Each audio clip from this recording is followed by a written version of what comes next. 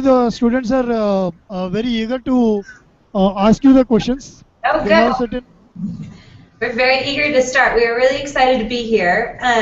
You know, we've got many students that we see all the time coming to our visa windows for interviews, and we're happy to talk with you. We think, you know, the United States is a great place for Indian students to come visit. There's lots of different universities there, a lot of different universities for everyone, whatever they want to study, whatever kind of environment they're looking for. So we're happy to be here and answer questions today.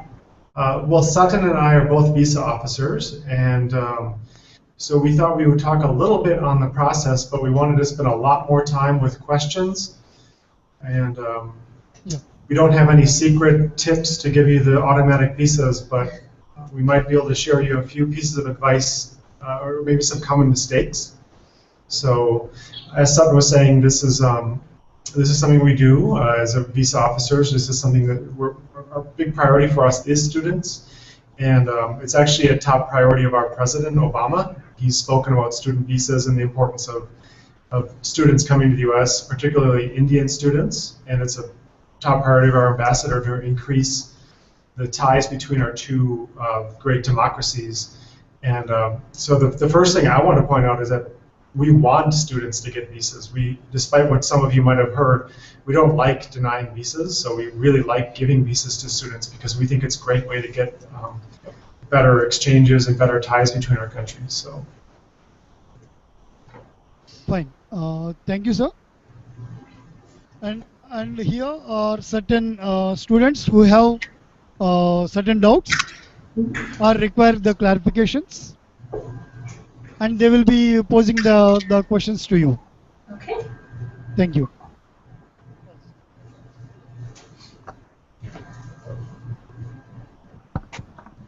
Good afternoon, ma'am. Myself, Ishwar, ma'am. I want to ask that what makes you to give a student visa, ma'am? What does all things he require? Well, what we require is that one, when there's a whole process, and one is that you start as a student when you make that decision that you want to study in the U.S. is to do some research. There's some different resources we have. And I think USIEF, and there's an education.state.gov website as well. You want to do some research, find out what you want to study at a good university, because all these steps will make your visa interview that much better. So you're going to find out what schools you want, where you want to go, and then find out what those schools need. And once you've found out that, then you're going to get your I-20 and you'll do your visa appointment. And I think once you're just going to need to do some research and find out for yourself why you want to go to this school, what is it, why you want to study in the U.S., and getting some of that information together, how you're going to pay for it, that's going to make a successful visa interview. So I think those are some of the tips that we can have, is come to the visa interview prepared, and always just be honest with the visa officer. Thank you, ma'am.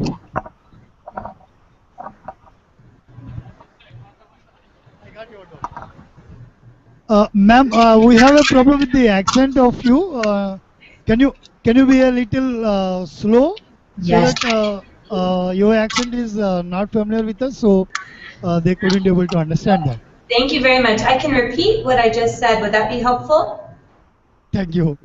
Okay. What I discussed was when you first decide what will make a visa applicant successful is a lot before you even get to the visa window is doing the research on the college where you want to go. There's many different universities in the United States, and there's a different university for what you want to study, what kind of environment you are looking for. So to make a successful visa applicant, it's really important to do that background research. Once you've decided on those colleges, you're going to want to contact them, find out what they are looking for in their students, get your acceptance letter, and then once you've been accepted, then you're going to be able to make an appointment with the consulate. So make sure that you've done all of your background information, where you want to study, how you're going to pay for it. Those are some of the typical questions we ask. And to always be honest at the visa interview as well. That makes a very good visa applicant when you can answer our questions honestly. Was that better? Yes, yes. Okay.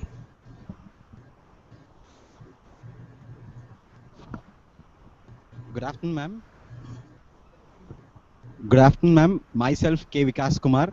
I'm from CSC. Does all the universities provide scholarship, ma'am? universities will provide scholarships. It really depends on, what schools you're looking for, and that's a very good question when you're looking at schools in the U.S. The funding for the issue, for how you will pay for your education. Some universities do offer scholarship applications, and that can be an important decision when you're looking at different universities where you go, what kind of funding options they have for you. So I can't say all universities will offer that, but if that's an important criteria for you as you're choosing schools, then those are the kind of questions you want to do research on and ask the schools about. Thank you, ma'am. A really good resource for this, for your research, is educationusa.state.gov. So I would caution you to be careful when you're doing your research to consider the source. There are a lot of for-profit magazines and institutions that try to direct you towards one university or the other. Sometimes they might get some payment, sometimes not. So you have to make sure that the research you're doing is from a credible source. You're all university students, so you know the importance of your data. So make sure your data is clean. So again, educationusa.state.gov, they're the U.S. government official entry portal to represent all 4,300 universities and colleges in the U.S. And they're a really good place to start. And as Sutton was saying earlier, we also have a U.S. education advising here in India. It's usief.in.org, is that correct? So you can Google USIEF and find out. They have an office in Delhi, and soon they'll have an office in Hyderabad. I don't know the exact date, but they do provide free, unbiased education advising for students. There's only a limited number of appointments, of course. They can't spend too much time on everybody, but they're a really good resource. And one mistake that we see, or maybe not a mistake, but one thing that all the visa officers see that I think is disappointing is the narrow range of universities that some students apply for. We see a lot of the same universities repeated, and we kind of wonder where are the others. So we wonder if maybe students just aren't getting good information, because there's a vast ocean of opportunities out there, from small community colleges that are public and often a very good value to the more well-known private Ivy League universities like Harvard and Stanford, which are very competitive. But we encourage you to consider a very wide selection of institutions. And when you come to the visa window, it is very obvious if a student has only spoken with one other person about the university, and they have no idea, that they have not researched the university themselves, that they're not very excited about the university, or that they don't really know anything. So that's really important to be a successful visa applicant, is to know why you want to go to the school, to be able to answer that question, and to know about the school. And I think that goes to your very beginning research. Once you've looked at different schools, you're going to see it. You will find a school that is a fit for what you want to do. And once you can tell the visa officer that with confidence, then that makes a very successful visa application. I'm Snigdha, and I want to ask what are the reasons to reject a visa? The top reason would be you're not a credible student. I mean, that's literally written into our immigration laws, the laws that govern these visas. We have to look at is if you're going to work at a business and you're getting an H-1B visa law, you have certain requirements you must fulfill if you're a student, if you're a tourist. And as a student visa, those are F visas. You have certain requirements, and the main one is this person intending to go to the U.S. to study? Other requirements include ability to pay. And I think if you don't have the ability to pay, if it's obvious, that's one reason to reject. But I think maybe the most common one is that we would have doubts that you're intending to study, that you're actually a credible student. But if we do, let me back up one step further though and say that we reject a lot fewer visas than you might think. This is not the most difficult thing in the world to achieve. If you've passed out of your bachelor's degree, that's a giant step right there. And if you've got an acceptance letter from a university in the US, an I-20, that's harder than getting a visa, because that's what we look at. If you have that I-20 and it's valid, that's the most important thing right there. And then we will talk to you. It's a very quick process. We want to make sure that you're credible and that you're actually intending to study. Some people we suspect are not intending to study and maybe going over to the US to work. So if you're a serious student, you don't really even need to prepare. It'll be obvious to us. So I don't know if you want to add anything. No, I think we're not here. Yep, go ahead. And can we reapply if we are rejected in fall? Can we reapply for the spring again? Yes, you can always reapply if you believe that your circumstances have changed, and but we will never reject your applicant. We can't stop you from applying, so you can always reapply. We do in the visa window, we see people who come, maybe they had received a rejection last week and they come again. We do caution people to really think about when you're reapplying, that if your circumstances have changed, or to be able to explain to the officer maybe something that you weren't able to explain to the other officer before. But we do encourage students to reapply if they believe that they are, like Jim said, a valid student. We do encourage people to reapply. Thank you.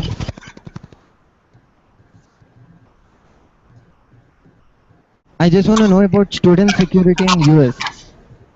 Student activities. Student security. Student security. Student security. Especially about Indians. Sure. Do you have a concern in particular, or? Like in recent times we have heard Indians, right? So I just want to know about student security. I think overall, security in the United States, once again, that's going to be a question when you're looking at universities, what kind of environment you're looking for. To my knowledge, there's not an unsecure environment, particularly for Indian students at all. It's, you're going to be going to colleges, but if that's a concern of yours, then you might want to, ask the colleges you're looking at. But to my knowledge, there's not any particular concerns that Indian students should have about their personal safety, except you do want to look at the college where you're going to be going. Because as of, everywhere there are different environments if you're in a city versus maybe a rural environment or something like that. Thank you, ma'am. Thank you. In the US, it's common too. Unlike India, most students in the US actually live at a university. A lot of times they live on campus in dormitories. And I think here in India, it's maybe a little more common to still live with your families. So you have to understand that a lot of these colleges and universities, they have dedicated security forces on campus. That's very, very safe. Of course, there are problems that happen everywhere, but you have a lot of these 18, 19, 20-year-old students, and their parents are very concerned also. So the universities put a lot of value in security, and they have dedicated police officers who are working right on campus. So I think they're actually quite safe. But of course, there's always going to be exceptions, unfortunately. And that is information that the college can provide you if that's a concern of yours as well. You can ask about that. Most of these universities actually publish crime statistics. It's a requirement for a lot of the public institutions to actually put on the website on their web. What their statistics are each year for different types of crimes, so you can research exactly. Thank you.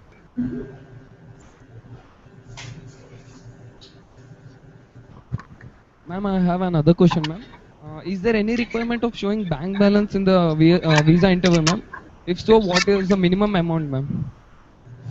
Well, as we discussed earlier, one of the qualifications with the law is that you have to show your ability to pay. So, you are going to have to look at what the I-20 says, what the cost of your university is going to be, and you're going to have to prove to the visa officer that you can afford that. So, we can't give you a minimum balance or a certain balance, but you need to show us that you can pay. That being said, if you think that you're talking with the visa officer and you would like to bring bank statements, you can. Sometimes officers will look at those, and sometimes they will just discuss with you where you're going to be paying, where the money is coming from, and who, if your parents are going to be assisting you or another family member. So you just need to have your answers. You need to be able to look at the I-20, see what the cost is, and be able to explain to us where the money is going to be coming from. And one more question is, ma'am, what is the process after getting GRE score? The process of what? Process. Mhm. What is the process after getting the GRE score, ma'am? After getting the GRE score, Yes, ma'am. the process for applying for schools, or? Yeah, applying for the schools and what's the visa process, all the... Oh, okay. Well, I think, have you taken the GRE exam? No, ma'am. No, sir. When you take the GRE exam, actually, you can. Yeah, ma'am. Yes, sir. I will take. But after that, When you put on the application for the exam, you actually can write the universities you expect to attend, and then the company, the testing company, will send your scores directly to those universities, whether that's Harvard or UCLA, or it doesn't matter. But so the schools will get it, and then you will supply the scores to the visa officer if asked. And some universities, most universities require the GRE. It's a good indication of your abilities to study. Some don't. They also can issue I-20 forms. So. Thank you, sir.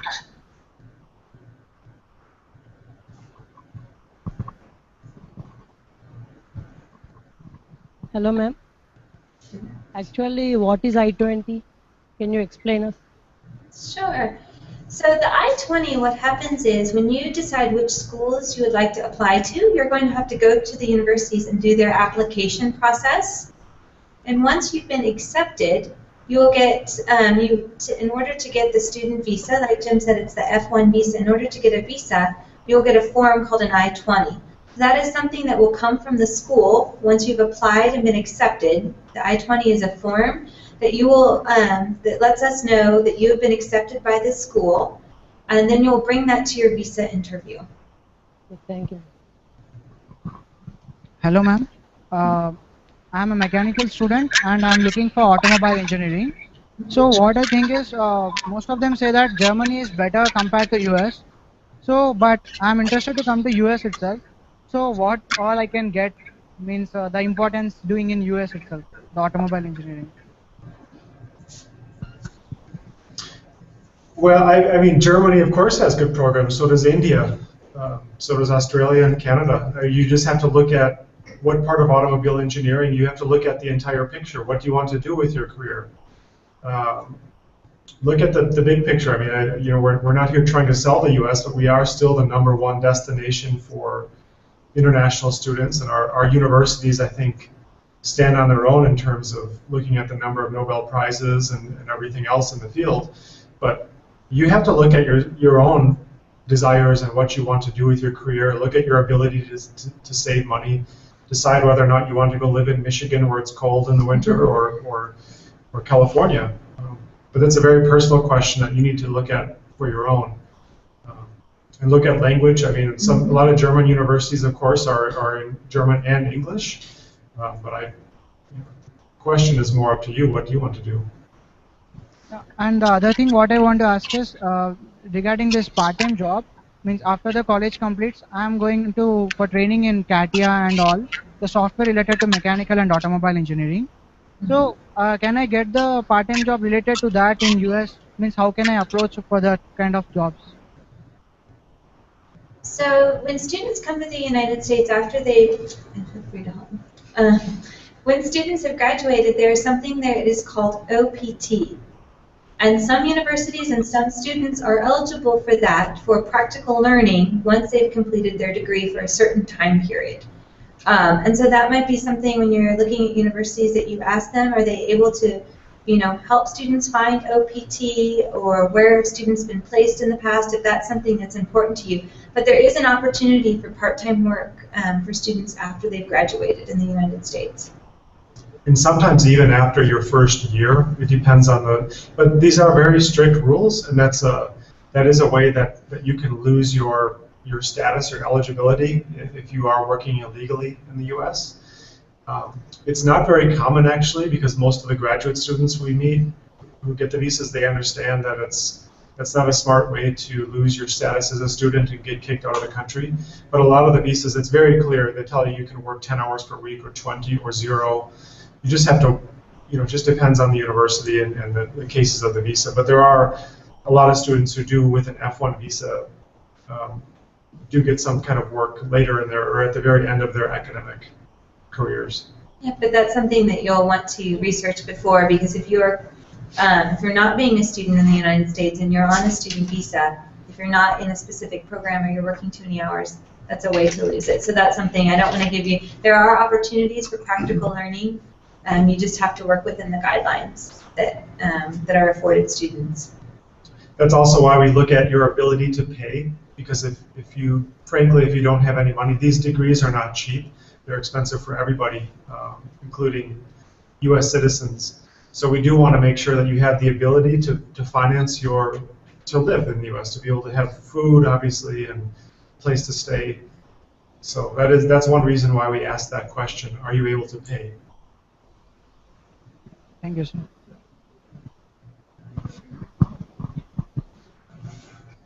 What role does the aggregate percentage of BTech plays in visa interview or in admissions in US universities?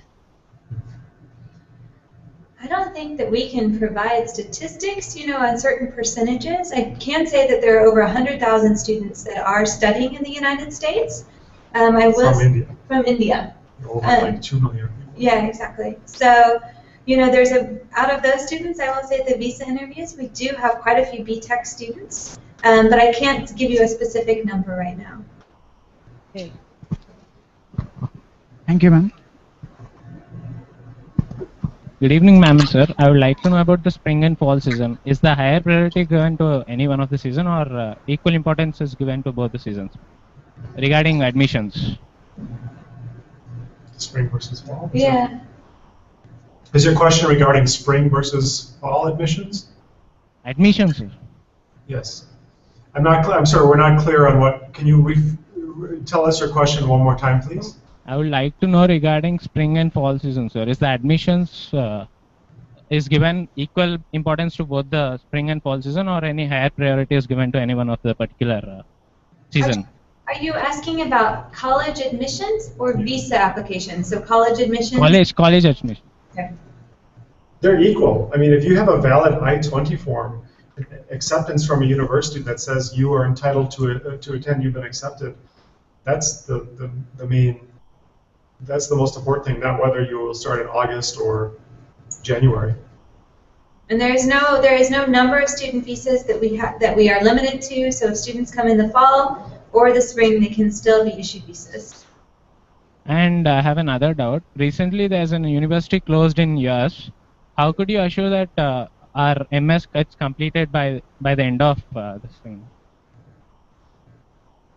It's that Trivial University has been closed recently. And what is your question? It's that the Trivial University has been closed recently. How could you assure that our MS will be completed, ma'am? Well, I think that is something that you have to ask the university. You need to be very careful about the universities that you are choosing. When you get an I-20, that is saying that university is able to issue I-20s. There is still on the applicants. You need to be looking at the universities also for your own information to make sure that this is a good university where you're, asking lots of questions about it. There just like in India, the universities in the U.S. face accreditation. So every set period of time, a few years, they get reviewed, and sometimes things happen, things change, and some universities might lose their status. But that's not something that we control. We don't control it. So as long as the university is allowed to issue I-20s and accept, that's what we look at. I mean, do you guide us in choosing another university, sir? No, we don't. We just look at whether or not you have a valid admission from a university that's able to issue an I-20 at that time. If the university for some reason closes after that, it's very unfortunate, and we hope that doesn't happen. But if it does, that's out of our control. And I'd have to. I don't really know what the process is after that. I mean, to be honest with you, we meet students early on in the process. So. Thank you.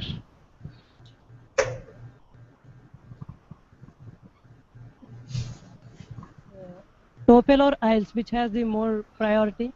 Which one is better? What? TOEFL or IELTS? Which I would. has more priority? I don't think either one of them we would look at. They're all part of the picture, right? I mean, if you have a TOEFL or an IELTS score, that can sometimes help us a little bit. But more importantly is, I mean, these are two tests that judge your ability to use the English language, right? So a lot of times you can tell somebody in the first 15 seconds whether or not they have a high TOEFL score without even asking. So we don't even. It's part of the picture. If it can help for sure, but we don't always even. A lot of times we don't even ask. If the university admits you, if you have an admission, an I-20 form, yeah, that's an I-20 form. That's an admission form. That's very important. That's your most important piece. And do we have to come back here to change our visa from student to H1? That's a very specific question, and I think that I would be hesitant to give you information on that because that's a very specific question that you would have to work out. If you were a student and were able then to find an employer for an H1, that would be something you would want to talk with the employer about.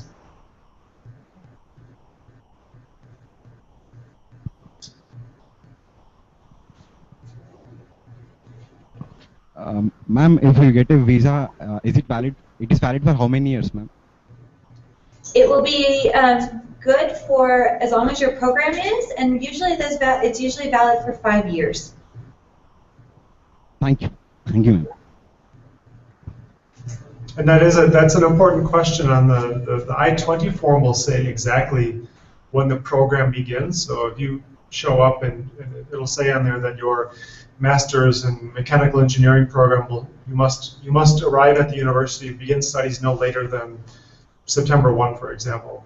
And then it'll say, and we'll complete the studies within 36 months. So they do have specific dates on the I-20 form, and that's determined by the university in conjunction with the U.S. Department of State.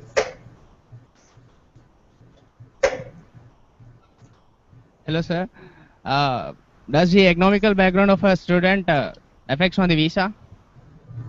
Does the background of the student affect? Economical background or financial background? Well, like I said, we do have to. We must consider by our laws your ability to pay. But on the same hand, we also understand that for a lot of the graduate degrees coming, the students coming from India seeking graduate degrees in fields like computer science, engineering, mathematics, chemistry, they're able to obtain bank loans, good bank loans. And so actually we're finding a lot of these students, it doesn't matter what the background is necessarily, if it's coming from agriculture or your parents own a large factory somewhere, you're able to obtain a bank loan and you know, that's very important too. So I mean, of course, we do try to judge the entire picture of the student, but just because you come from a poor background doesn't mean at all that you will not get a visa. Yes, I think ability to pay. Many students come to the window and maybe they've gotten a scholarship, they have a loan, they have money from their parents. So it's a very complete picture that we look at. It's not just your economical background, but the ability to pay. And if you've put time and resources into finding out where the money is going to come from, I think is the most important part. Thank you very much, ma'am. We advise students to spend more time worrying about their studies than the money, because that'll make a much bigger. That's much more important to a visa officer, is whether you're a credible student, not whether you have the money at this point. Good evening, ma'am. About a scholarship, how can we get to it? What is the base for it? Is it a GRE based on a GRE score or academic performance? You know, that's going to be something you would talk with the university that you're applying to about. Some universities base those on academics. Some are on financial need, meaning your ability to pay. So there's many criteria and many different scholarships that different universities offer. Thank you. And just to, not to throw cold water on this idea, but scholarships are not too common. I mean, it's a great idea, but even for a lot of the public universities in the U.S., which are actually funded by U.S. taxpayers, they're a little bit more restricted in giving scholarships to foreign students, so that makes it difficult. It's very competitive. So just be aware of that going in. I mean, there is some scholarship money, but it's very, very competitive, and actually we honestly don't see too many students who receive substantial scholarships. There are some small amounts here and there, but it's not something you should count on.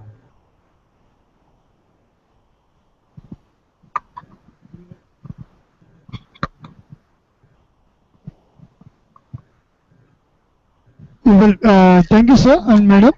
I hope most of the doubts have been clarified by you for our students. And I have one doubt. What is the fee structure? Is it depends on university to university for the student visa, or is it the same for the student visa? The fee structure for the visa applications? Yeah. Yes, it's the same, regardless of it's for an F visa when you're a student. If you're a master's student, if you're an undergrad student, it's all the structure is the same. Yeah, and those fees are all for visa is same. Yes. Yeah. And the fee structure for different universities will be different. Exactly. Yeah. Fine.